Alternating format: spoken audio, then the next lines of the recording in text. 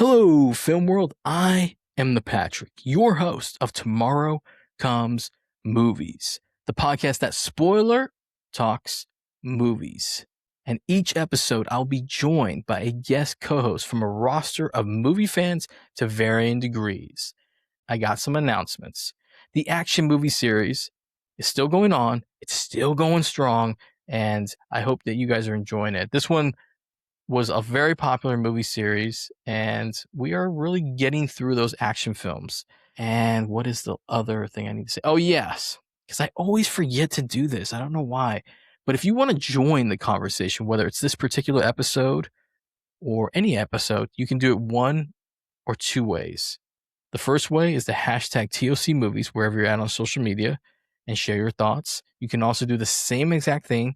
Share your thoughts, hashtag TOCMovies, but you can also add us directly at TOCMovies wherever we're at on social media. So you can always join the conversation.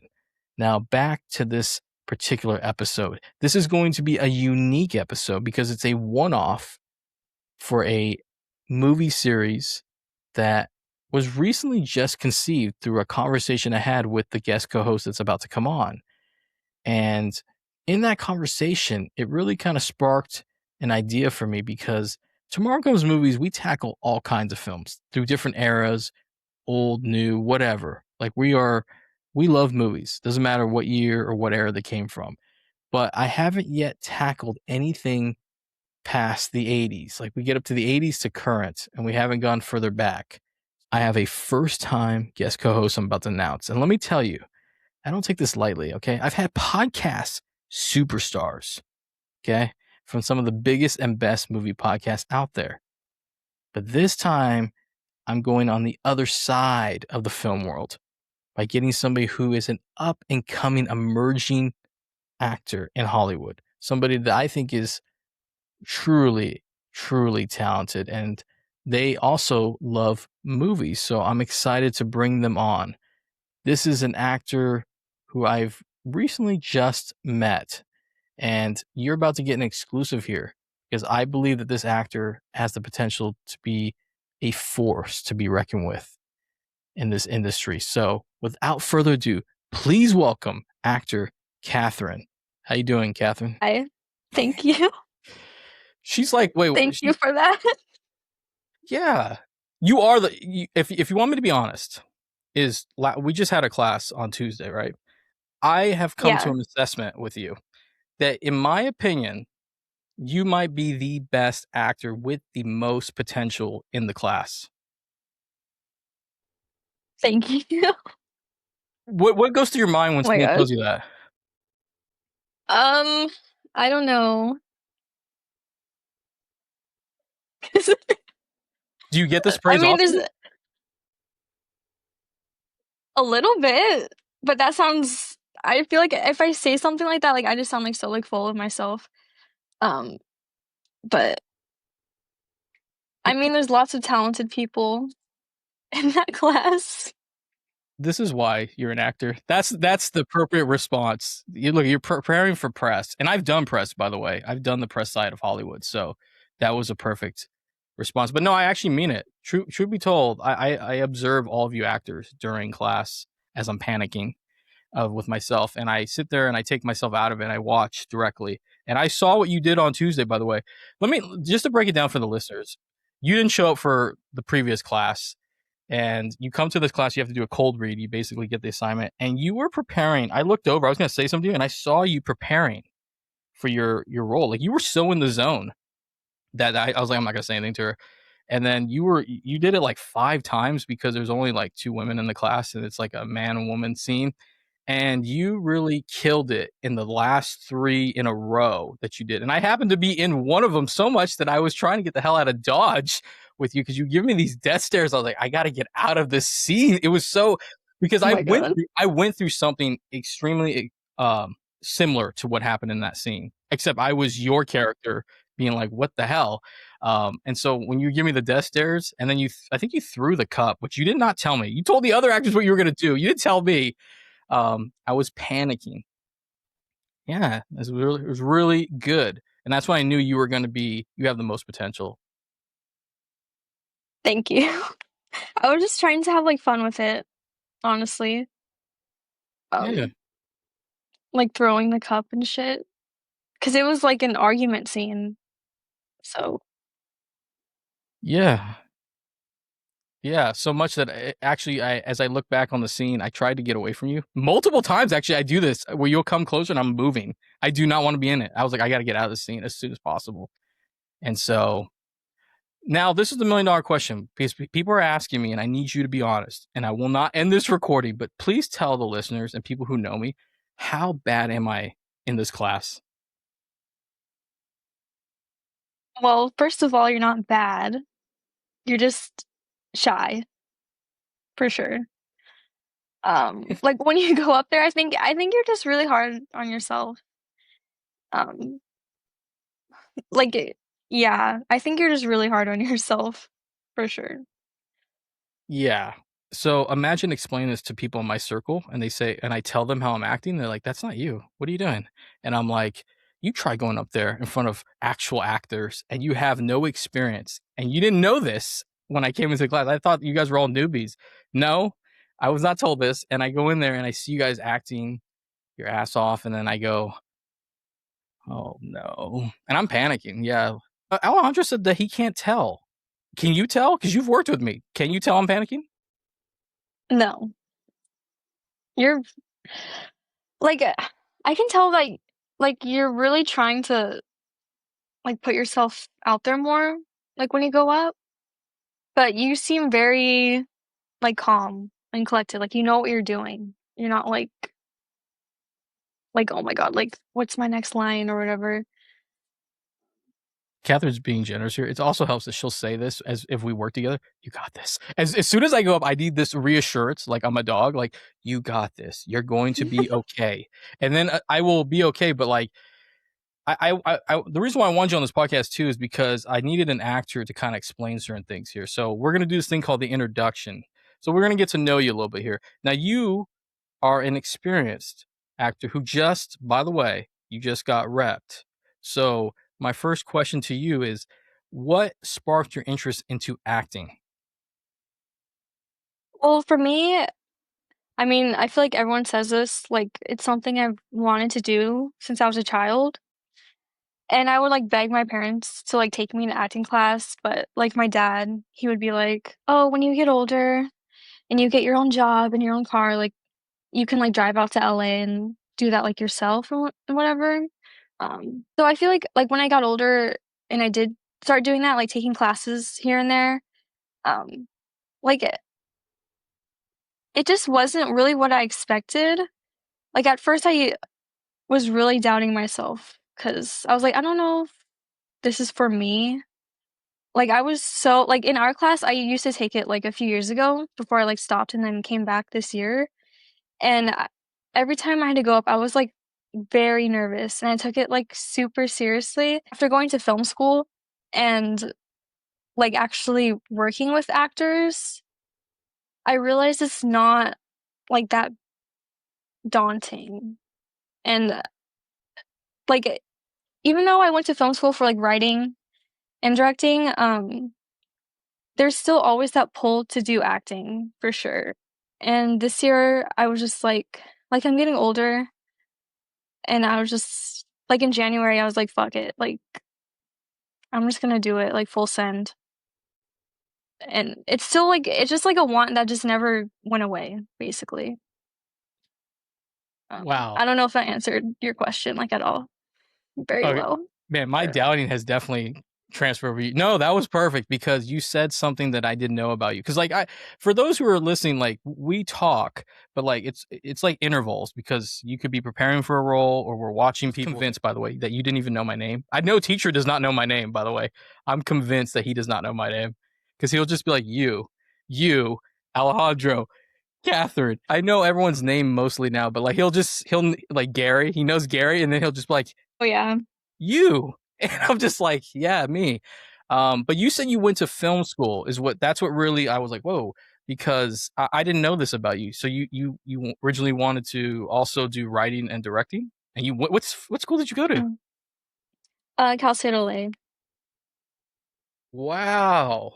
Wow, I did not know this about you. Wow, wow, you are fascinating. Yeah, you're kind of interesting because when you were telling me things I would ask you, you were not giving me the answers I was expecting because I was expecting to hear more like just some of the things I'm gonna ask you later, like more newer stuff, and you were like, no, no, I'm over here. With you being repped, what was that reaction like when you finally got it? I feel like I wanted it for so long that, like, when it actually happened, I didn't really have, like, a big reaction to it. It was like, "Okay, like, I need to, like, start really training now, like, for sure." Yeah. I mean, I was excited. Now, to go away from acting though, this is where I was really fascinated. Where I'm like, I need to know more about you. Is when I asked you, was this is kind of like a 4-in-1 question, but what is some of your favorite actors, actresses, directors, and if you want to, you can do writers. For actresses, I'd say, like, currently in modern times, Jennifer Lawrence, for sure. Um, but for older actresses, Audrey Hepburn. Audrey Hepburn, like, really just Audrey Hepburn. Um, ugh, there's just one other actress. Oh, Monica Bellucci? Yeah. Is that her last name? Mhm. Is that how you say it? Yeah, I really like her too. Yeah, What about actors? Gregory Peck, for sure. Clint Eastwood. You're Clint good. Eastwood. Yeah. Even though but they're, like, all, like, older times. Like, for now, like, in modern times, I don't know why, like, I don't really have any favorites. Like, I don't know. No, you're good. You're good. I get this because I when you told she told me this, she literally says Audrey Hepburn to me, and I immediately look over and I'm perplexed because I was not expecting you to say that. That's a compliment because that was like, oh wow, you really are about movies because it seems like I'm the only one who watches older movies outside of you because I'll bring up the movies to people and they're like, I've never seen that. I'm like, what? Like, Clint Eastwood. That's a really good one, by the way. So do you like him not only as an actor but like as a director too? Yes. Like, he wrote, directed, and acted in his own movies. Hmm. Yeah. Like, and they're good. Like, I love, um, his movie Unforgiven. Have you watched it? I just saw that in theaters. Oh, in No, theaters? yeah, Oh my god. they bring it back. They're bringing movies Yeah, back. Yeah, I just saw that recently. Wow, Kathryn, listeners, we're here with a real someone who really loves movies. Wow, Unforgiven. Wow, that's a good one. That's a really good pull. That was not what I thought you were gonna pick. Unforgiven. I don't think I've heard anybody say Clint Eastwood. You said Gregory Peck, Audrey Hepburn. That's a perfect a little tease of what's gonna come. Audrey Hepburn is one of my favorites, and an ex girlfriend introduced me to her. She was like, "Have you seen Breakfast at Tiffany's?" And I was like, "Yeah, I've heard about it." And we watched it, and I was like, "Oh, this is really good." There's something wrong with that movie. I just want to state there's something that's not going to fly today that drove me nuts. But I saw Roman Holiday later on, and I was like, "Whoa!" Like, where was this movie? Because this, I think Roman Holiday probably is her best movie, in my opinion. I still like Breakfast at Tiffany's. I don't know if you're a fan of that movie. that's one of my favorite older movies, for sure. Yeah, and I've seen Roman Holiday twice. I've seen Breakfast at Tiffany's once and twice in theaters, I think. Yeah, I don't know. Yeah, this is something about me is I will go to the movie theater to watch these even if I can watch it at home, I will go to the movie theater. Like, do you go to the movies? Not to watch older stuff, Okay. but I feel like I should, 'cause that sounds cool. Yeah. Um, I feel like when it comes to going to the movies, I kind of only go if there's something that's, like, really sparking my interest. Otherwise, I'll just wait till it comes out. okay. If you have a theater near you called the Regal Theater chain, they bring back things all the time. Yeah, so I will go, but I agree what you're saying. If there's something that sparks interest, because I have to pull back the curtain a little bit here. The movie that I wanted to get you on which shocked me, was your response was like, I was like, hey, would you be interested in doing a podcast on Obsession? And you did not look enthused at all. You were just like, oh. And I was like, have you heard of this movie? And you were just like, yeah. And I thought you were messing with me because I hear about this movie non-stop because I wanted to get a woman's perspective because it's not a typical horror movie. I just want to throw this out here. I wanted to rip the main character's face off throughout that whole movie. I was so sick of him. And I wanted to get an actor's perspective. But I found out in our conversation that you are not really a big horror movie fan. No. I do not like horror movies, which is weird because when I was a child, I was like obsessed with horror movies. I think I just like grew out of them. I don't know. I find it like after I watch them, I'm like I feel like depressed. Like they have such a depressing tone. I'm like I don't know, but I'll watch like mafia movies where like they kill everyone and for cocaine. But when it comes to horror movies, like I don't know. So, Like so, I'm you, not. so you like mafia movies, like Goodfellas? You talking about like Goodfellas? Yes. Like one of my favorite movies is Scarface. Okay. But You're yeah, that's more like that's not really mafia, but it's the same type of thing. It is. Wow. Wow. I thought you were cool already, but my goodness, we're dropping Scarface and Unforgiven. This is insane. Like I was not expecting this. But yeah, when you were like, I'm not really into horror movies, I was kind of shocked because everyone I speak to loves horror movies. I'm not as big on them until like 3 years ago because Candyman did so much damage to me as a kid that I was just like, I'm never watching another horror movie again. Except Paranormal Activities. I do like those. But yeah, I was shocked because I don't think I've ever met anybody who was like, I can't connect. This is what you did say this. I can't connect to them. And I was like, that's interesting. Yeah. But I would say that if you ever do consider watching Obsession, you should because I think you could. I would be curious to hear your thoughts on this. Yeah, I'll probably end up watching it because I've been seeing a lot about it. So I need to see like what's so good about it.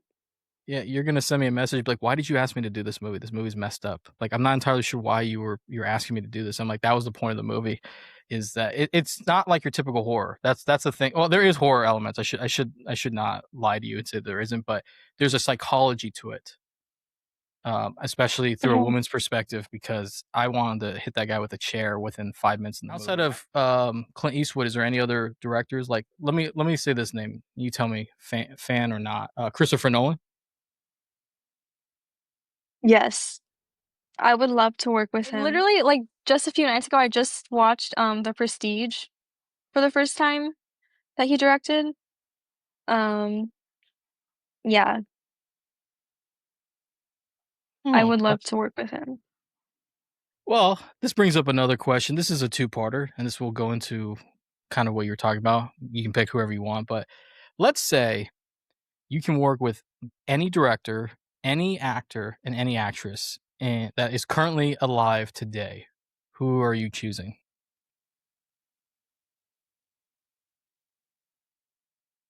For actress, I think I would want to work with Jenna Ortega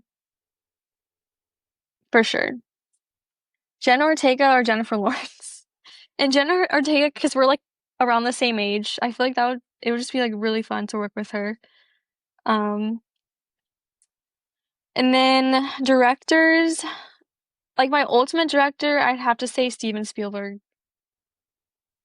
because he's he's Steven Spielberg, like so yeah, and Christopher Nolan, but Okay. And then did you say actor? What about an actor? oh, Christian Bale. I want to work with Christian Bale. Kathryn, you got to come back on this podcast. I'm telling you, you're saying everything people want to hear. Like I'm telling you, I set this intro up. You are fascinating because, like I said, I would not have guessed when we were in the first couple of weeks of that class. I would not have looked over and be like, that person is going to like Unforgiven. I was convinced that I was like, this person probably likes every modern day movie. But then you say these things on here, and I'm like, this is why you're an actor because the biggest thing I tell people, and I'm starting to be everyone's cheerleader in class because I'm trying to help them because I can see what they're trying to do. And it's easier for me to help them than help myself. And as I'm like watching movies will help you become a better actor. Okay. So like I don't have experience like you. I have to use life experience. I have to use this improv where I can figure out how to navigate through something. And also I watch a lot of movies. So I learn from these actors. So like when I saw Unforgiven, I'm studying Clint Eastwood and how he's doing certain things, right? And so yeah, wow. Christian Bale, Jenna Ortega, Steven Spielberg. Wow, you really done your homework. By the way, you did take my actress, which I'm going to bring up too. Actually, Jenna Ortega would have been mine as well, along with Coleman Domingo and Christopher Nolan would be because that's my number one director. Wow, Spielberg. That's hard to beat that. Now let's do that same question. Can you do it with an actor, an actress, and a director that's no longer with us? Well, for an actor, I'd say Gregory Peck. Like he's Gregory Peck. Who else? Paul Newman. I feel like it would be fun to work with him. Um, and then for an actress, Audrey Hepburn. Like it's Audrey Hepburn. Um, maybe I don't know. Yeah, just Audrey Hepburn. And then director,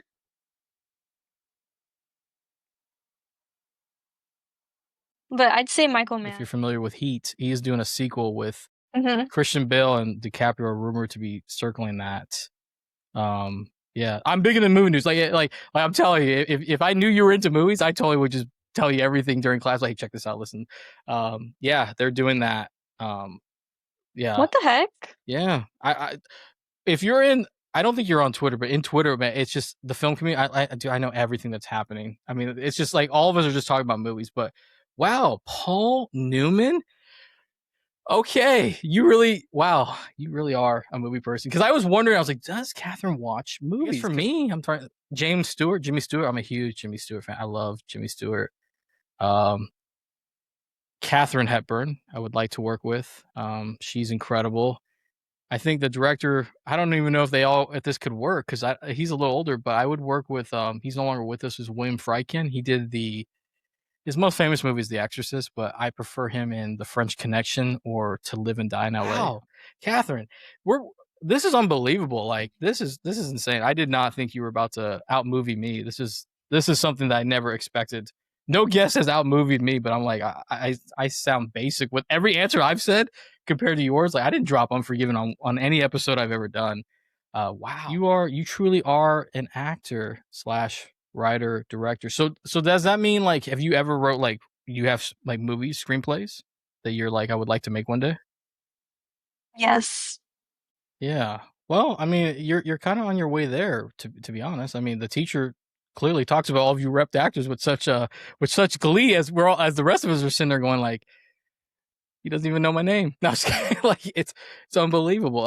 So as we wrap up your introduction, let me see. I think okay, this is the last question. Oh, yeah. Do you collect physical media? I don't have like a big collection, but I definitely have like a few of my favorite movies on like DVD and some of my favorite shows on like the collections of them. Um, yeah. I feel like that's important because they can just take it off streaming service. So, Did you do your research on this podcast? Because this is the stuff people want to hear. Because I've had people who said some crazy things, and I'm like, yeah, people I know love physical media. I have over 1,000 movies. Like I have to post this picture on Twitter. Like I have to reshuffle things because I am with you on this streaming thing. Is that you should own it? Yeah, so that's why I collect every movie I can. I only collect movies I really like. I just want to state that because it sounds like I just pick up every movie in existence, but yeah, and so I'm rebuilding my collection because I used to have 500 DVDs before I did this, and I sold them all for Funko Pops. How stupid was I? That really didn't work. Look at that face right there. The Funko Pop says it all, right? Are you a fan of those? No, no, exactly. cool, but they're just not for me. Okay, and this is the last actual question of your introduction because I'm curious about this. Is there a favorite experience or memory of going to the movies?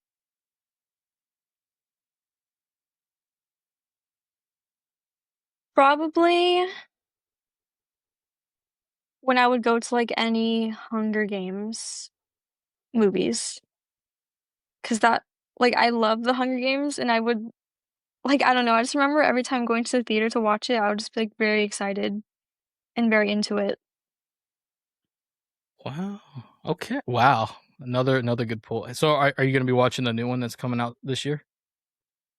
Yes, for sure. Wow. Okay. Yeah, the Hunger Games. Wow. Is there a particular favorite of the Hunger Games? Like, I don't. Which one do you like the most?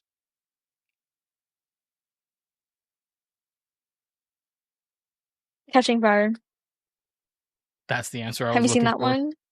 Yeah, I've seen them. I've seen them all. In fact, like I told you, I go to the movies a lot. I actually did a marathon for them at the time, and then yeah, I've seen them a couple times. Catching Fire is the best. I read the first book and parts of the second, but yeah, Catching Fire is good. And that wraps up your introduction. By the way, did not expect what I actually did not expect half the answers that came out, and so I knew this is how I knew who to pick to come onto this podcast. By the way, was I knew that you would be good because there was somebody else I was going to ask, and I'll tell you off the mic who it was, and I'm like, they're not going to be able to come on. I feel like you're gassing me up too much. You think I'm gassing you up? Yeah, yeah. Really? Because I feel like, yeah. no. You really are. You because trust me, I've spoken to people. Okay, I have friends that love movies. They're not dropping Unforgiven. They're not dropping Paul Newman. In fact, they don't watch older movies. They tell me that they're not. There's nothing of value of them, which would totally be the opposite of you, who's like, I like older movies compared to the new ones. So no, you're not being gassed up. You're actually being legit. Which this ends your introduction, which leads into this movie series that I basically based it off our conversation. Was I gave you basically? By the way, Kathryn had complete control over this podcast. You would think that she ran it the way I was like, yeah, whatever you want, I don't care. I was just like constantly. She was like, Oh my God. was that not how it went? Right? I mean, you were like, hey, let's do. What about Yeah. this movie? Yeah. But and I was laughing because at one point during the conversation, I'm like, she's got to be looking at these messages, going like, you do make decisions, right? Like Patrick, you do make your own decisions, right? Because I'm pretty sure I took over your podcast, but I couldn't argue with you because you at least came prepared. I don't think I've ever had a guest as prepared as you. That's why you keep getting gassed up because, as I told you off recording, what people have done to me, you're not doing that, which I'm thankful that you haven't. But this movie series is called Next Stop, La La Land.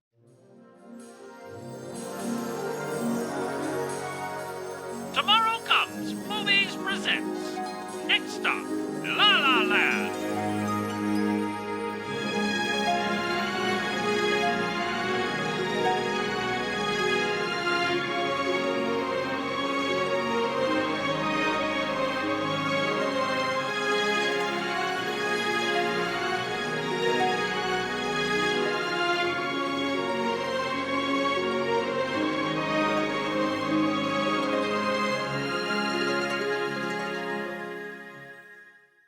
Podcast is yet to do any movie past, I believe, the 80s. No movie so far has been covered has gone like furthest back. I think it's like 85. And so when you told me you like older films, I was like, well, this could be a really good movie series where instead of what people used to do back in the day was they would pack their suitcase where they actually had to hold it, which is insane, and they would just get on a bus and go to Hollywood.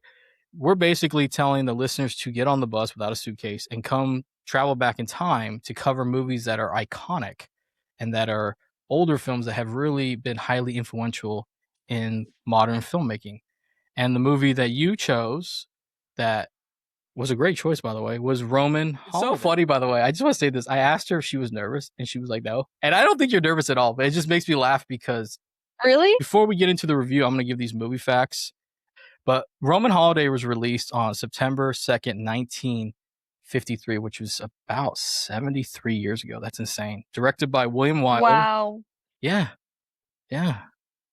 Wow. Starring, it's like I think she was giving you Easter eggs throughout this episode, folks. Starring Gregory Peck, Audrey Hepburn, and Eddie Yes. Albert. And the synopsis of this movie is basically an overworked princess who is heavily guarded and sheltered escapes her life briefly and encounters an American news reporter. When the reporter makes a bet with his editor that he can get an exclusive interview with her.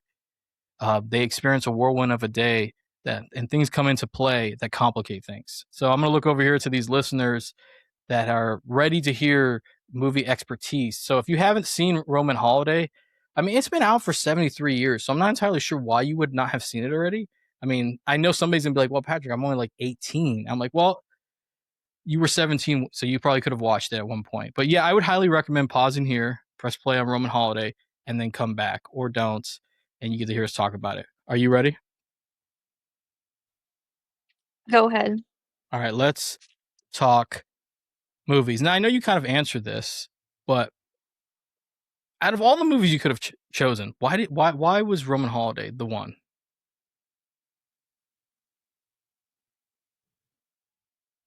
It's just my favorite like romance movie. Which is always it's like one of my top 3.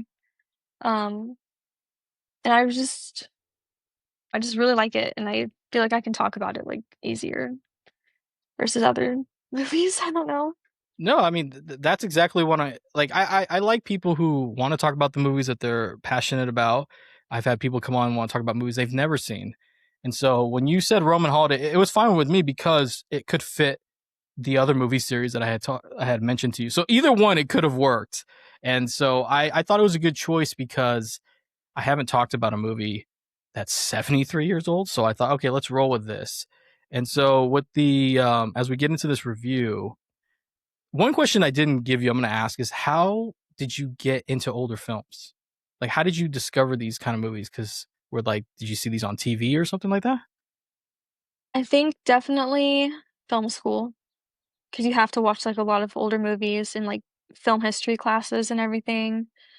Um, and I think just some people that I've met that like introduced me to older movies. Yeah, but I didn't always like watching them for sure. That's okay.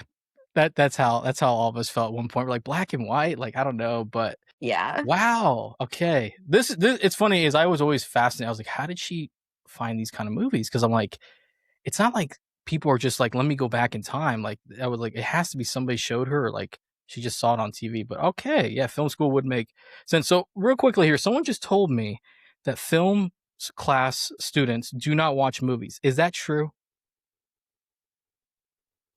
No. Okay. That person is a moron. No. I mean, I get what they say, like, I get what they're saying, but that's not true at all. Because I think when you're, like, there, you're so focused on, like, making your own stuff that, like, you don't really watch anything else. You're just doing your own thing. But Yeah. yeah, no. So with Roman Holiday, can you? This is kind of a hard question for some people, but can you remember the first time you saw it? Well, when you just recently saw it, like what were your first impressions in the sense of when you first saw it to like when you see it again when you watched it recently? When I first watched it, I was like, and it ended, I wished I had seen it sooner. Um, just for like personal reasons. Um, yeah, I was like, that's like I can really relate. Wow. Yeah. I Yeah. feel like I'm not giving interesting answers, No, you are. but You are. Trust me. No, you said it kind of invoked something about you, within your own life. You were like what you just said. I felt that this is one of the best rom-coms of all time. I'm not entirely sure why this is not even talked about as much. This has driven me nuts watching throughout the movie. So when I see this movie, I didn't realize how much of an influence this had on me until this last rewatch, where I'm like, holy shit! All the movies that I like have somehow come from this movie or one of these iconic movies. But Roman Holiday, some of the humor that's used in this movie is all over the place with every modern movie. The way they set up physical comedy, quick one-liners. So I thought this was. I always think Audrey Hepburn is one of the greatest actresses of all time, and I know Breakfast at Tiffany's is the most iconic, but I don't know why this is not mentioned among Breakfast at Tiffany's, because this is, in my opinion, the better of the two films, and I love Breakfast at Tiffany's. So I found also there was some personal connection for me through this movie, and I think as somebody who's an actor and somebody who's a wannabe actor, I think that's why people want to do this for a living, is that you find ways to relate to this material. And I think that was my first impressions of this movie. And I had seen it multiple times until I just watched it. And it took me 6 hours to watch it, by the way, before we did this podcast. I was dissecting parts because I was worried I was not going to bring it for you. I was like, I don't know what she's going to say because she says she loves this movie. So if I don't come correct. Now, this is interesting with this. I'm going to ask you this question first because people are very funny about this, depending on who you talk to. But is there anything about Roman Holiday that you don't like? I don't know, like, there's not really anything to be like, I didn't really like that moment. Like, I don't know, I thought it all went together pretty well, I agree. personally, I don't know. No, you're good. I agree. I ask this question all the time, and the reason why I ask this is because people always say, like, I don't think there's anything wrong with the movie, but like people, because you're not on Twitter, they love to dissect movies. I mean, they're constantly oh, this movie's bad because they did it like this. But yeah, I don't think there's anything wrong with it. I think it's well told. It's perfectly done. I think the ending's phenomenal. I know that that's not going to be popular with people, but I like it. Now, going on the flip side of this, is there any particular highlights, certain things about it, like certain scenes, certain dialogue or humor for yourself? Like what stood out for you with Roman Holiday? Definitely the ending, for sure. Um, I like in the ending where, like, they're just not really, like, straightforward with each other about, like, they never tell each other that, like, they love each other, but it's all like, you know it, like, what they're saying, like, especially the last scene where, um, she's, like, giving the speech at the end. It's like, they're indirectly, like, saying these things to each other without really saying it, and I don't know, I just really like that part, 'cause I feel like nowadays or just in other romance movies, they're, like, always, like, it just gets to the point where, like, "Oh, like, I love you, like, let's, like, have, like, a sex scene." Um, like, they didn't need that for this. Like, it's, like, a classy ending, like, I don't know, I just really like it. And it's, like, realistic. Yes. No, you actually took my note, by the way. That's how in sync we were. Is yes, there's this thing at the end of the movie that I think a lot of times audiences don't pay attention to the little details in movies where it's I would think most people would pick up on it, but I know there's somebody who wouldn't. But yeah, they're having so when she's having this kind of like press conference and she's talking, but yes, indirectly talking to him, and they kind of are having this unspoken conversation because there's this connection they had that they know that this was special, but they knew it could not last, even if they wanted to last. I prefer romance stories that are like this. In fact, I was talking to a friend of mine and I was pitching her my movie. I was telling her like what I wanted. And she actually told me, she goes, if you do that at the ending, I'm going to be mad at you that I wasted an hour and 45 minutes if you do that. And I'm just like, I prefer romances where they don't get together and that they had this moment, like, and that's okay. I mean, not to say it doesn't, but in this movie, yeah, one of the highlights for me is the way it's naturally the progression of their relationship really throughout this one day, just a few hours. Like it starts off as like she wants to go and explore the city, and I don't blame her. She's overworked. He wants to get the big story and make money because he apparently can't pay his rent for 2 months. He also makes bets with his boss that he shouldn't be making because he can't even pay it back. And slowly throughout this whole day, they kind of form a bond that poor Irving is the recipient of constantly getting coffee spilled on him. He's tripping. He's got to fight people. He's got to fight Secret Service men. Like he's getting thrown in. He almost got thrown into the water. But there's this beauty. One of my highlights for me is when they're riding the scooter. One of the most, like, iconic scenes from the movie, I think. It is, and it's beautiful. And then and then like the humor is so good because when she gets on it, it's a totally different experience. And I also love the humor. I think the humor, in my opinion, it's one of the funniest movies I've ever seen. I couldn't stop laughing. And this is particularly Eddie Albert, who plays Irving. Irving's like is probably my MVP in this movie because he's a real one for what he had to endure. But yeah, those are the highlights for me. Is just the story, the humor, and the connection. Now, Now I'm gonna throw out a random question to you, and this is one that I don't think you were given ahead of time. But let's say, for instance, you and I, one of us is playing Joe, and the other's playing Irving. Okay, I'm gonna let you decide who this is. So we're gonna be trying to get Princess Anne. We're gonna get the story exclusive. Which one are you gonna play? Or do you want to be you want to be Joe, or do you want to be Irving?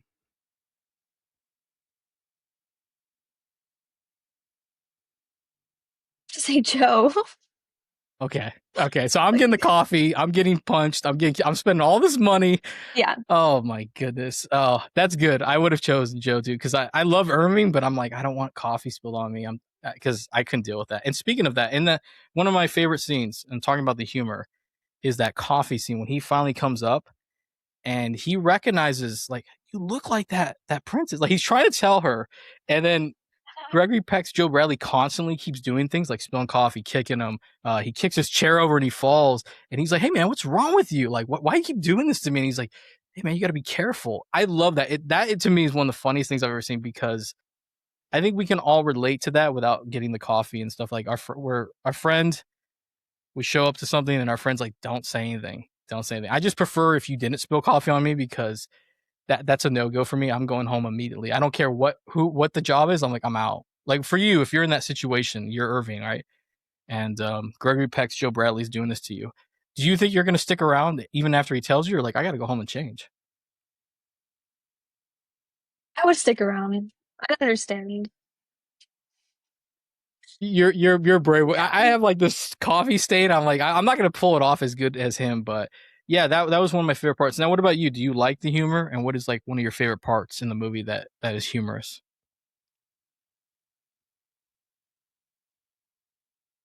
I do like the humor. I'm trying to think of a favorite part. Maybe when she's like telling him to like get her undressed, and he's like, "What the fuck?" Like, on his face. And probably like this little moment where she's or he's about to leave the apartment, like, while she's like changing into the pajamas or something, and he puts like the alcohol drink like on top of the bed so she can't find it. I don't know. Just like that little moment. I thought it was funny. It's ridiculous, because I think she probably could have gotten it, to be honest. And also, Yeah. like, there's parts of this movie that I wanted to ask you, like, do you think this is gonna work into 2026? Is like when he's trying to wake her up in the taxi, he's kind of like giving her a decent couple of slaps to the face, and I was like, that's not flying in 2026. Absolutely not. Right? I think it was so bad. I no. No. I mean, I I think it's fine. what I do, I would probably shake somebody. I would literally shake somebody, but I would not. Um, I would not probably hit the face, but like that made me laugh, and then the whole undressing thing made me laugh, because I'm trying to catch up on. I don't want to be judged here, but Euphoria is ending, so I went to go watch Euphoria before I watched Roman Holiday, right? And I look at the how she's like so nervous to be undressing around him and stuff like that later in the movie, and I go, man, Euphoria is wild, because if that was a princess, she would have been canceled immediately for all the stuff that she was doing in that movie. But yeah, that's a good one about the undressing, because like in 1953, that's scandalous, right? Like, you can't, like, a man and a woman being in the same uh room, like, and they're not married. I mean, that is crazy. Now with Princess Anne, you saw her schedule's insane. Mhm. Do you think she needed a break, and like, do you think this was the best way for her to get out there, was just to take off? I think so. Yeah. I mean, I guess they could've taken her, like, on a day where she could just, like, forget about, like, her duties and, be with, like, her bodyguards whatever, and, like, go around Rome.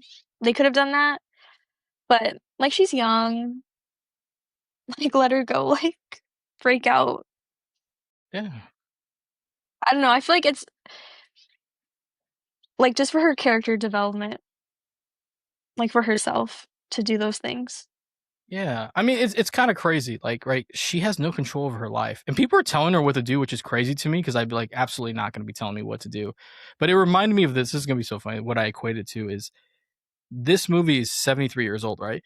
and Hollywood's not like this anymore, but it reminded me of K-pop idols because they have to work like this. They're endlessly working and they get like one day off like every 2 weeks.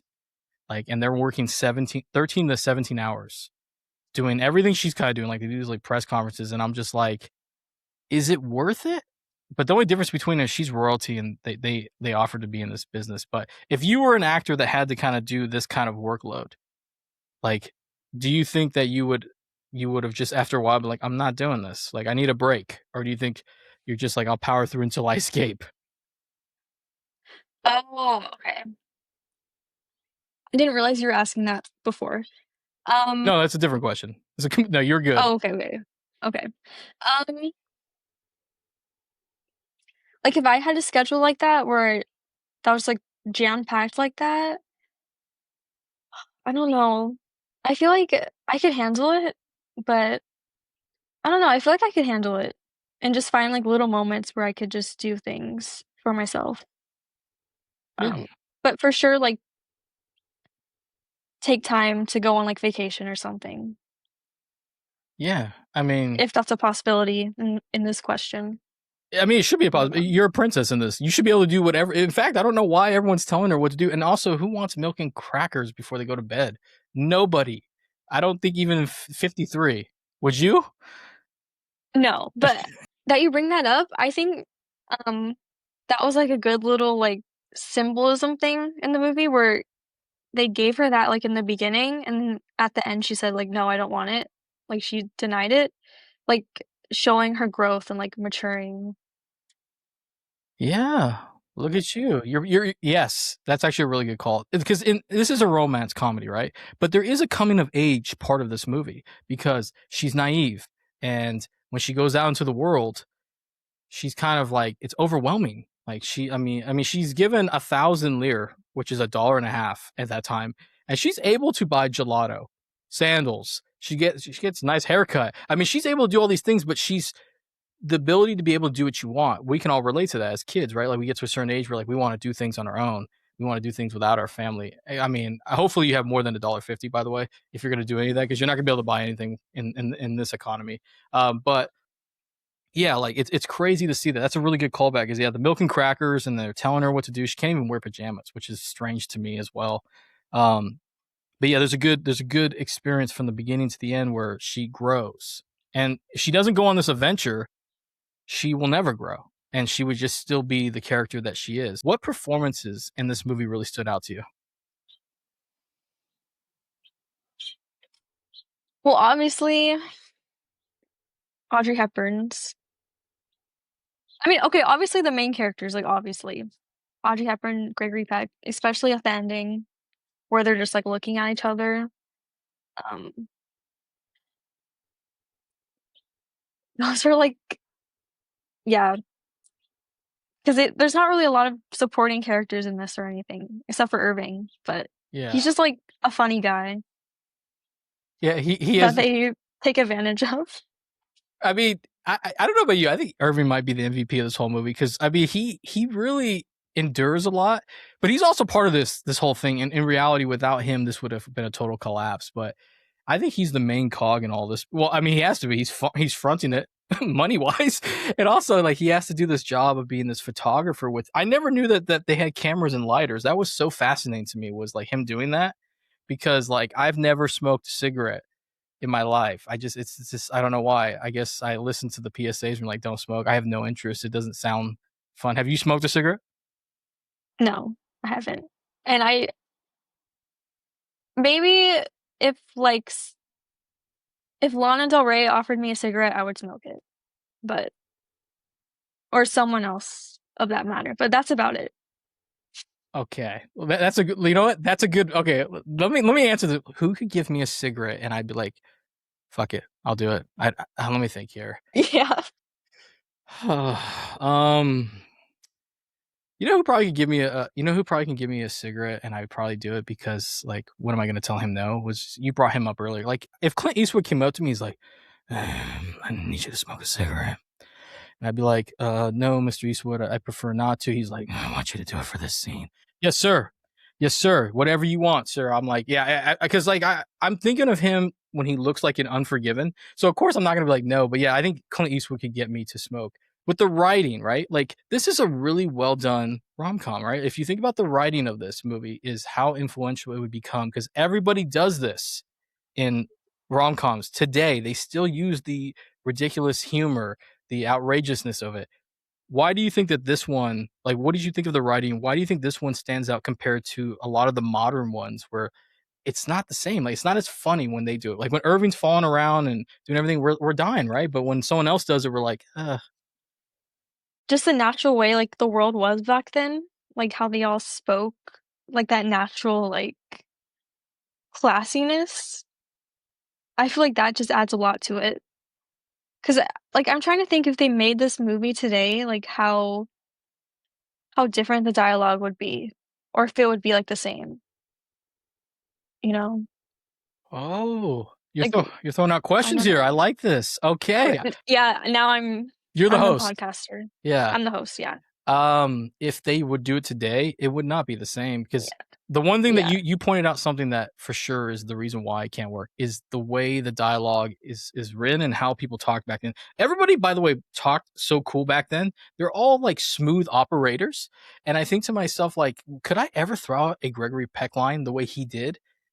Absolutely not. Like when he bumps into her when she's eating gelato, there's no way I could be as smooth as him. Like, hey, what? Whoa, this is crazy. We're meeting each other.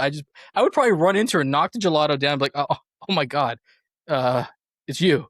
And she's just like, I spent my last lire, and I'm just like, I don't have anything else for you. But yeah, the dialogue would definitely be the biggest problem. Also, filming, right? Because you're a filmmaker here. They would not film that in Rome. They even say in the beginning of the movie, photographed, everything's done in Rome. We're doing this at Atlanta or the Pinewood Studios in the UK. Atlanta. Yeah, like we're just going, yeah, because they do a lot of movies over there, but like it would not be, Yeah. they would do only certain parts of it, I think. And also the $1 million question is who can play those roles as well as Audrey Hepburn, Gregory Peck, and even Eddie Albert who plays Irving. I don't think you can beat, no one else can do those roles. Like they're perfect the way they are.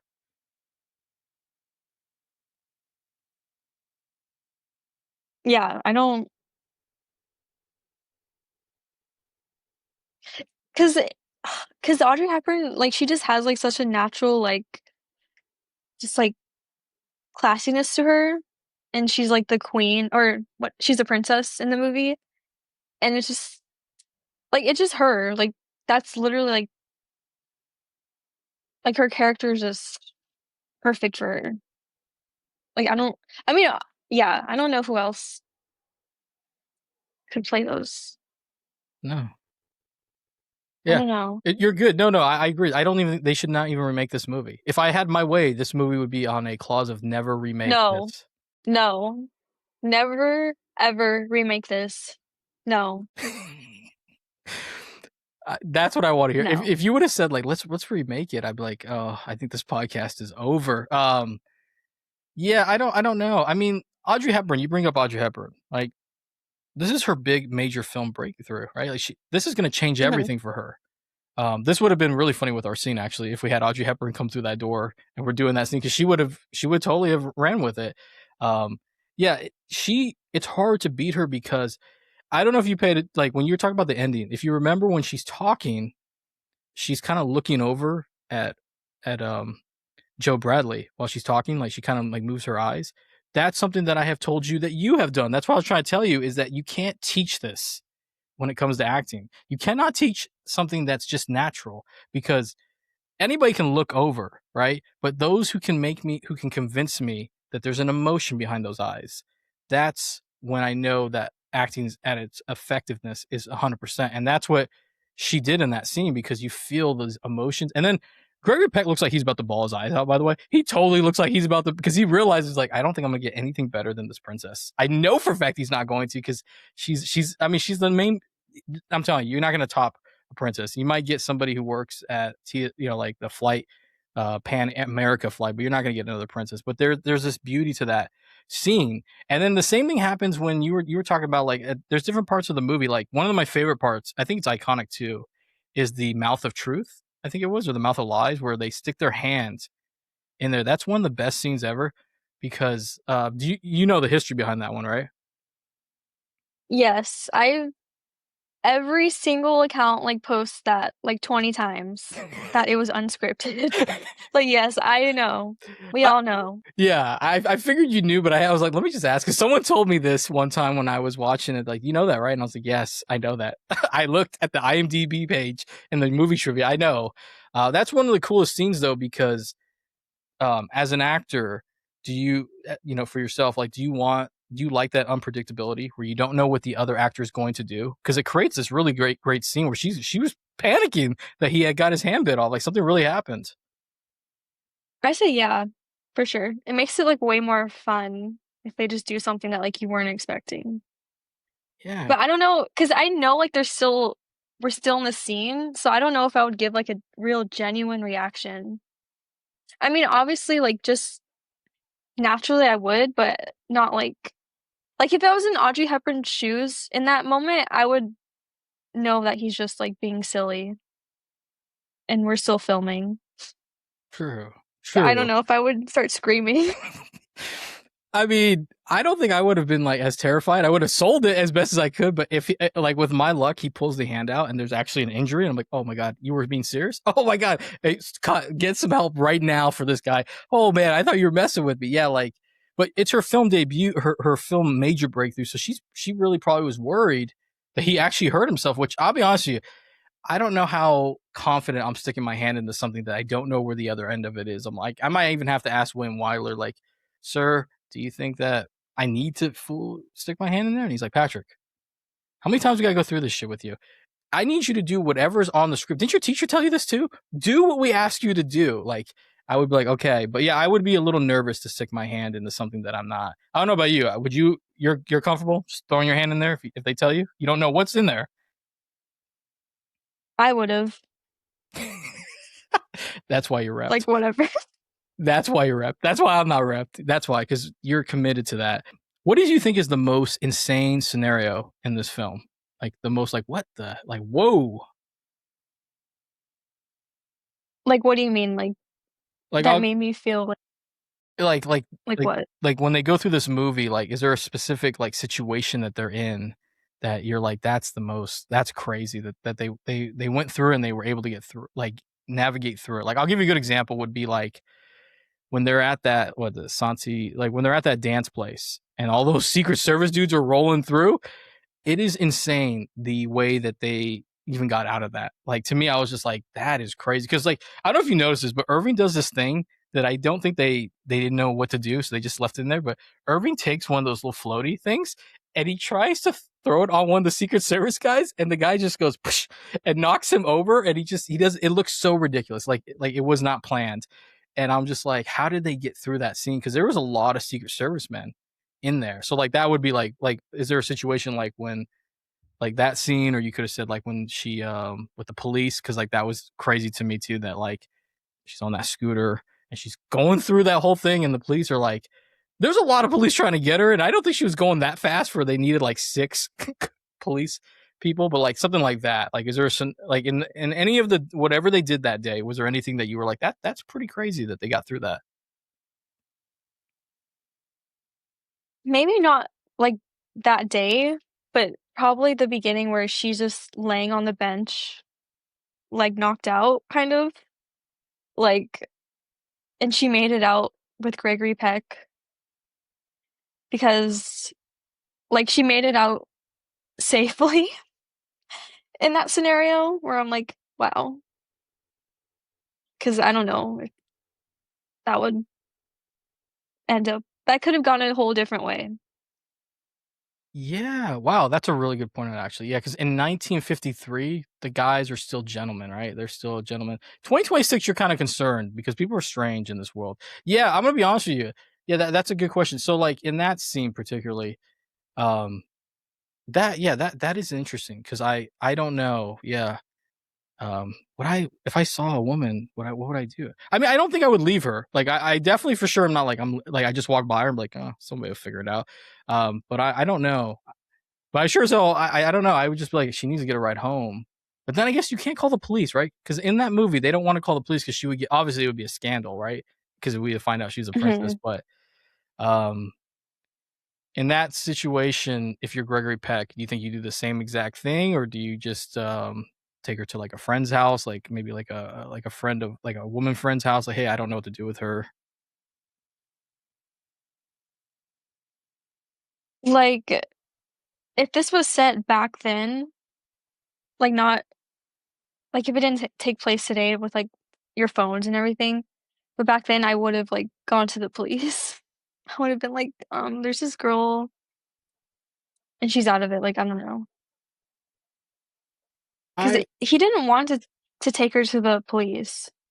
Even though he didn't know, like, she was the princess, he still didn't want her to, like, get in trouble or something, Yeah, I think. that's why he's a gentleman, by the way. I looked at Gregory Peck's Joe Bradley and I said, "How come we're not what happened to the guys? Like, where are my fellows at that are this charming stand-up guys? Like, what happened to us?" Because in 2026, I know damn well that people would film her, they probably would just, like and just leave her, I'm like, "That's insane." I think I'd just bring her to a woman's Yeah. friend's house because, like, I don't know, because I don't know. I don't wanna bring somebody to my house I don't know.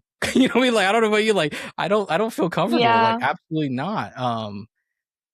Okay, I was just gonna say, cause like, you said you wouldn't be comfortable bringing someone, like, home like that. Like, neither was Joe Bradley, cause he had, like, that thing in his pocket from gambling, like, his, like, $5,000 thing or whatever, and he kept, like, checking his pockets. Like, I don't know, it was, like, a small, like, little detail, but he still kept checking his pockets when she was there. What? I don't know I if you noticed, no, but yeah. this is why you're a filmmaker. I did not notice that. No, I was just kinda like, yeah, it's just a different time, you know? And so in 1953, though, let me ask you, because you like older movies, right? In 1953, do you think, like this could be such a strange question to ask you, but do you think Gregory Peck is a good-looking man? Yes. Okay. Okay, this is good. So what is going on in 2026? Why are there no more Gregory Pecks in this world? Like, he's so charming, even if he's not even hitting on Anne. He's just a charming individual. And I'm like, where are the guys at? What happened to the guys? Like, why are we not like this kind of romantic? Do you ever think about that? That's what I completely thought of during this movie. I was like, there's no more romance like this anymore. What happened to us?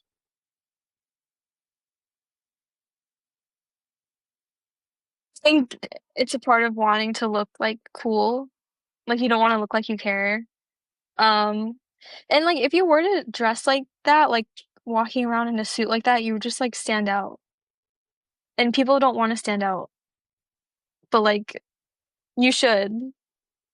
So you're saying is I don't we know. need to go back to dressing like how they did back in the day? Yeah. Okay.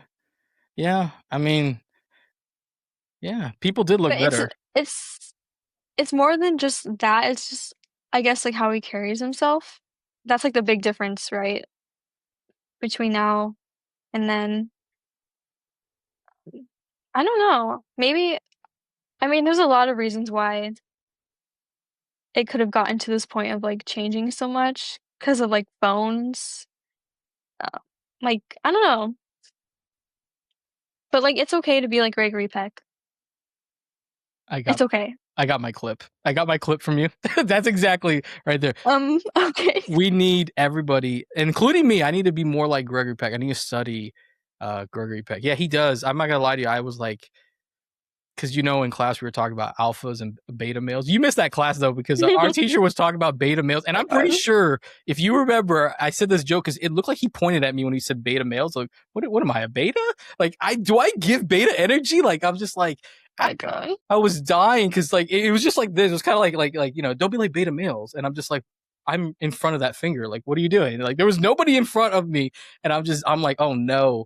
But yeah, I think the thing about social media and phones have killed everything because there is this beautiful connection between Anne and Joe Bradley, right? Like, you can feel this connection even when they don't realize it. We see it. We see it progress. And I think the problem with today's society is the phones and social media kill everything because we don't value people. We value what's the better thing out there? Like, what's the better option? Where in 1953, you met somebody, you're like, this might be the best option. Like I'm vibing with this person. Why? Like, as somebody who writes and you write, like when I write romance films, I try to explain to people that are not big in the movies like what's going through my process, and I always tell them that when it comes to writing romance, the problem with most people is they don't know how to tell a story on the core elements of romance. Like, you don't need to do stupid tropes. You just need to be honest about love, because it's complicated, and that's the beauty of love that people don't want to tell you, is that love is complicated. It's not a happy ending always.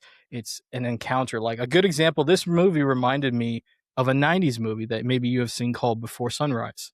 But yeah, that's another one where I'm just like, in this movie, I'm like, why? Like, how strange is this? The whole time I'm watching, I'm like, how come we're not like this anymore? I'm a guy asking you, what's wrong with the guys? Like, please elaborate. Where did they go? I should be answering this, right?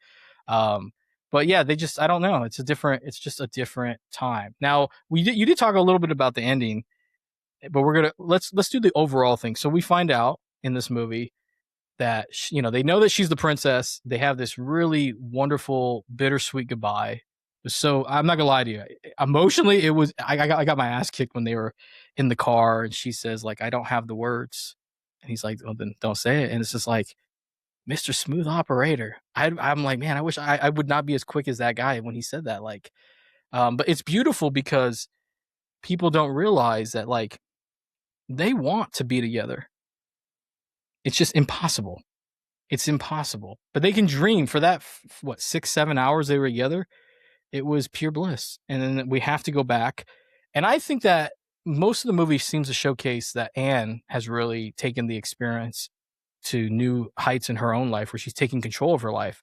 But I actually think this one thing that doesn't really get talked about much is I think Gregory Peck's Joe Bradley benefits from this too, where I think that he learned that you don't have to sacrifice or sell yourself to get a story. It would have benefited them had they done that Scandal, right? But he knew that it was more important. I think it's also because he definitely, there was this connection between them. And I think another thing is Irving is another MVP, because I always tell this to guys, you have to support your guys, even if you don't agree with what they're doing, because Joe's the bigger man, and Irving becomes the bigger man too, because I mean, he lost a ton of money. That's what the whole thing that's going through my mind was, like, he's never going to recuperate any of that money. Is that he understands it too? Is like, okay, well, we can't do this, and then they get to the press conference, and it's this beautiful thing where, well, at first I think her heart dropped when she saw them. She's like, oh shit, they really were pressed. They lied to me. And it's just beautiful though, because without, like you were talking about, there's this unspoken thing between them, but also with Irving too, where nobody's going to say anything. It's just going to stay between them three. And it's kind of wonderful. So, like, I know you talked about the ending and stuff, but what did you think about that whole aspect when she discovers that they are pressed and her heart is sank? Like, what was, like, some of your initial thoughts on that? Like, what was going through your mind? Like,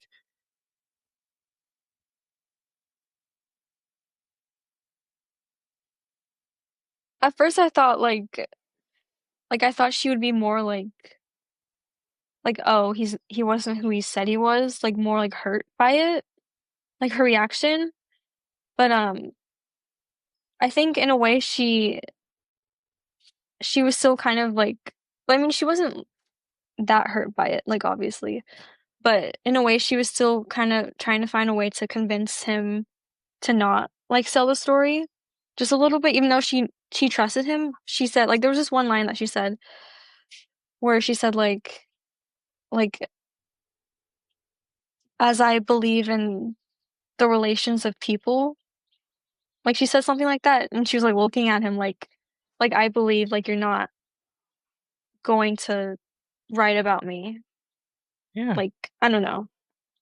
no, you actually said it best. Yeah, they ask her about friendly relations with the nations, and she says that, like, I hope we can be friendly toward one another. And then what you just said, where, like, she's like, I hope the same thing with people. By the way, the whole staff hears that and they're freaking out, like, what does she mean by that? Like, they're all looking at each other like, I Yeah. think she went off script. And it's like, yeah, she listens to the Patrick, and she was just like, here, let me show you how to do it. But yeah, I mean, that is really a good point out, because my heart dropped the first time I saw it. I was like, oh my God, like, because nobody wants a scandal, okay? In 1953, we don't want a scandal. In 2026, I'm telling you, we really don't want a scandal, because it will ruin everything for you. But it's kind of cool is when Irving, like, what'd you think about Irving giving her the photos? It's like, here, some keepsakes for your venture here in Rome.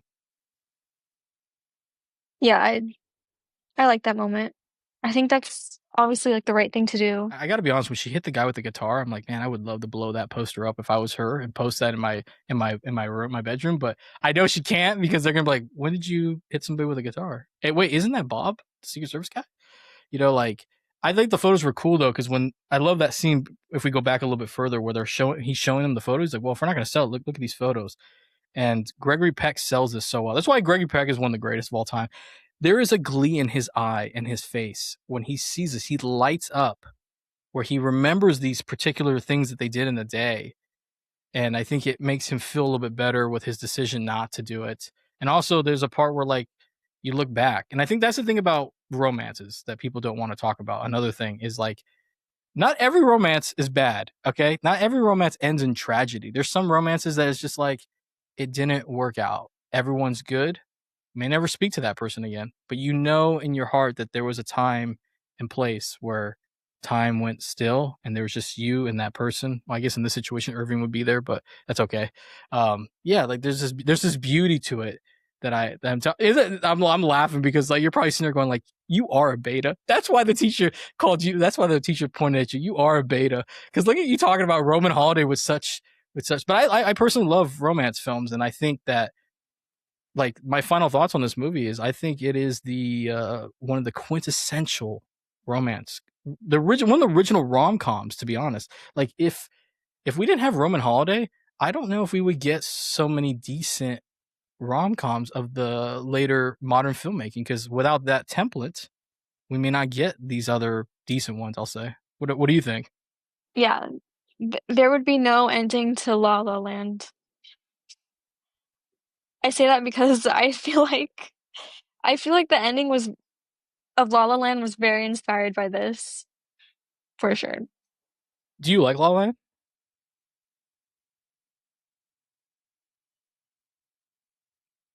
It's all right. It's Uh, not like I think it's a good movie, but it's not like my personal like favorite, but I'm not like mad at the ending of it or anything. Because I know a lot of people don't like it because of they don't end up together. But yeah, it's just not one of my favorites, but I, it's good.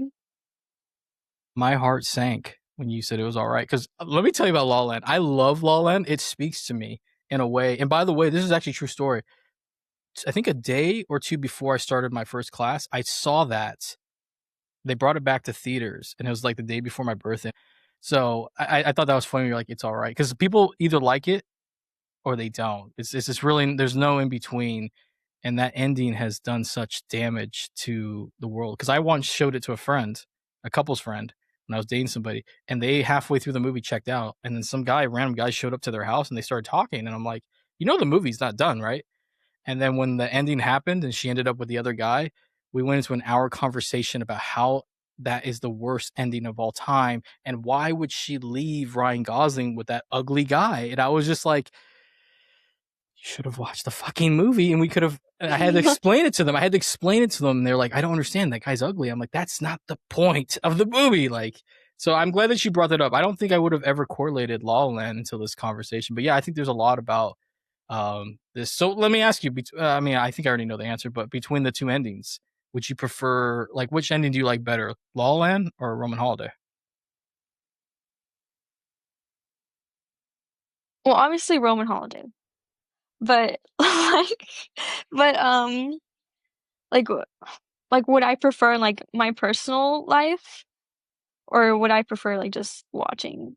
Wow, you really are good with questions. Yeah, let's go with that. Yeah, you tell me, what would you do in your own personal life, La La Land or Roman Holiday? I feel like there's nothing wrong with like either of the endings.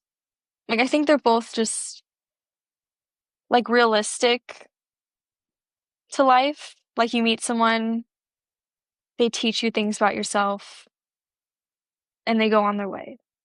Like you don't have to be with someone like forever, like how people want in La La Land.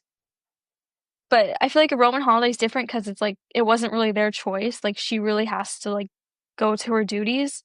But La La Land is like, it was a decision to not like be together anymore. That's like the main difference, I'd say. So I'm like, I don't know Huh. which one, but Roman, I'm fine with either. well, Roman Holiday, I think, is more powerful because when he just stays there after she leaves, I think that says a lot about. Oh yeah, Yeah, okay, yeah. The endings themselves, Roman Holiday, like just La La Land, get out of here. Like Roman Holiday is like that's just I like it how it's executed. Like I don't know. no, I think you're right. Like him staying there lets me know that whatever happens in his life moving forward, he's a changed man for the better. That lingering lets me know that that's how much of an impact Anne had on his life, and he had no idea. That's why the best romances are people you never know are gonna have some form of. You never know. Like you meet somebody, and you're like, I don't know that person was gonna end up having an impact in my life. I think you nailed that perfectly. So here's the interesting question that I really want to know is out of 100%, what would you give Roman Holiday?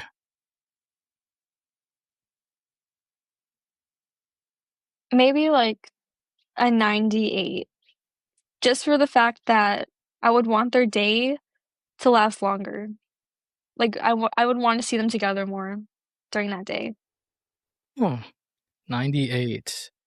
I'm gonna go with this is probably my second highest rating. I'm afraid to even share you with the first which movie I rated higher than this, but I would give this a 96. I mean, it doesn't get better in terms of romances, um, and humor, acting. I mean, you're getting an Audrey Hepburn who's on the verge of superstardom after this movie. She wins an Oscar for this. Gregory Peck has never been better. I mean, outside maybe To Kill a Mockingbird, obviously, but yeah, this is really good. So we both really like this movie. So if I was to say to you, Kathryn, do you think this is one of the top romance films overall? Yes. I feel like this is like the like romance movie that like everyone needs to watch, like no one talks about. Good that you mentioned this because this is the next question. Why do you think that Roman Holiday has kind of fallen out of like it's not if you talk about like you sit someone down like let's say you sit 10 people down you say what do you think is some of the greatest romance movies? We're going to hear for sure number 1 The Notebook. I know for a fact that's getting brought up. I'm not a big fan of The Notebook. I like it, but it's okay. Okay, perfect. We're on the same page here. That for sure is getting brought up. And then I'm trying to think another one that might get brought up is I'm afraid to even bring this up because I don't know what your reaction is going to be. But When Harry Met Sally,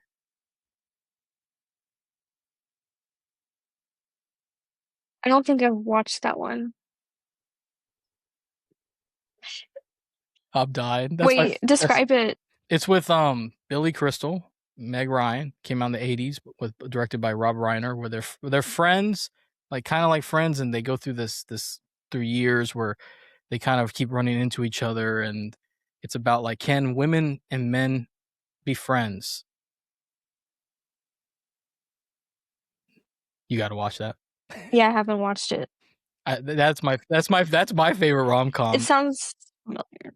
Yeah. So yeah, why do you think that this movie has fallen out of favor where we would hear like the two movies I mentioned would probably get, and then I'm sure even somebody would say How to Lose a Guy in 10 Days would be mentioned before Roman Holiday, which is shocking to me, but I know that it will get brought up. Yeah, why do you think that what happened to Roman Holiday through these years? Well, I think the biggest answer is just time. Time passing. Like no one wants to watch like an older movie, you know? So it just gradually like disappears over time unless people bring it up. But yeah, I think that's one of the biggest things, for sure. But I'd say another thing, like, cause when I first heard about Roman Holiday and I just saw like the poster where they're like on the moped and whatever, like I thought it was gonna be like some like, oh, it's probably just gonna be like some corny, like old movie where it's like very like overly comedic, like they're just having fun in Rome, like a Roman holiday. I didn't think it would have like this much like depth to it. So I think so I was like, oh, I don't know if I would even like watch it really. But Yeah. You took the chance, and you did, and it paid off, right? I mean, it turned out to be one of your favorite movies of all time. Yeah, that's that's how we keep movies alive, right? Because I don't know if you've seen this one, but there's another rom com that is older than that. That's I think is considered one of the greatest. Is Bringing Up Baby. I don't know if you've seen that one with Cary Grant and Kathryn Hepburn. I don't know. Okay, that would be a good one for you too, because of the Mm-mm. physical comedy. But yeah, I don't know why this movie has fallen out of favor because I don't know, man. I don't think it's. I don't. 73 years old. It didn't feel that age to me. I mean, outside of the fact that they're using cameras and lighters and real cameras, everything's pretty much the same except maybe there's more traffic in Rome. Um, but do you think that this is Audrey Hepburn's best movie?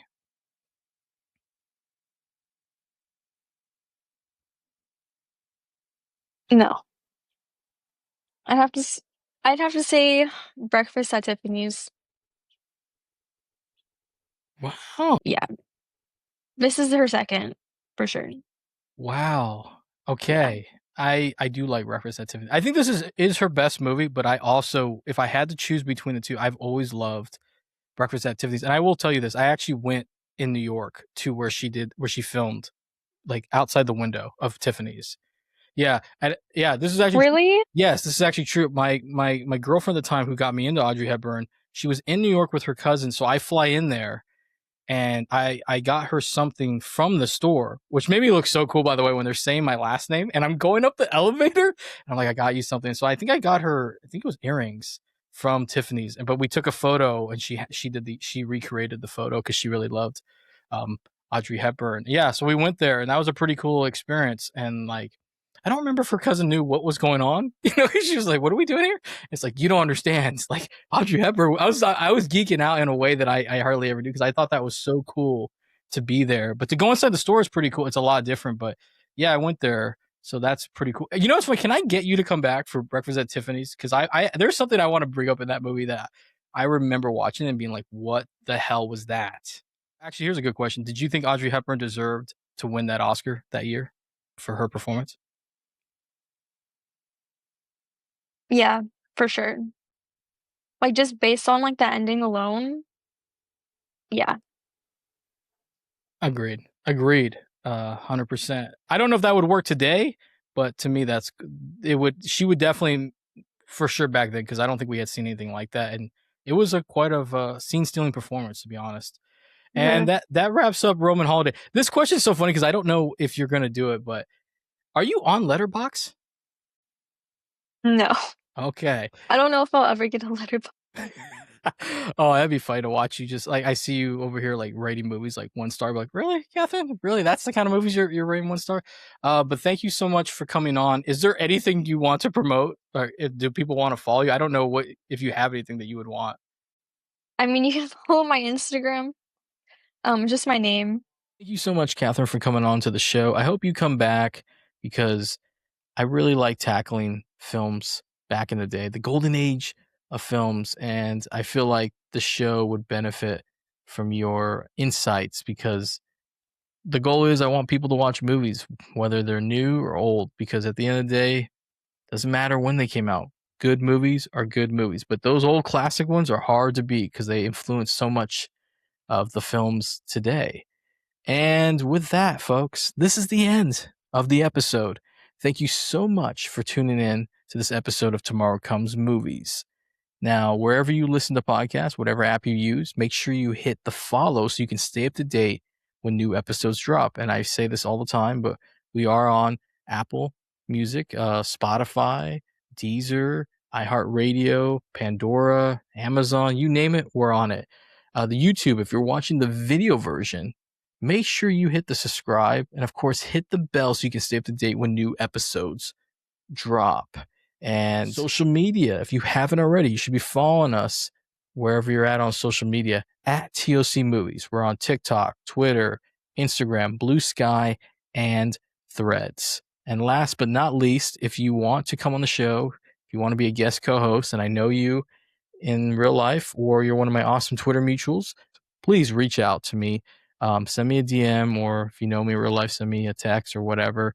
And yeah, I'd love to have anybody on that wants to talk movies. there's at the end of the day when I do this podcast, I always tell people it's just a conversation between us, and of course I always mention that this is a video and audio podcast. Sometimes it's only audio only because if you're a guest co-host who's like, I would like to come on, but I'm not comfortable being on video, that's fine. I'll just release the audio version. But when we record, though, I will see you just to make sure that the conversation is fluid and I don't talk over you. But yeah, if you're interested, please let me know. That is it. Yeah, I don't think I have any other announcements. I am your host, the Patrick. Stay tuned for another episode of Tomorrow Comes Movies.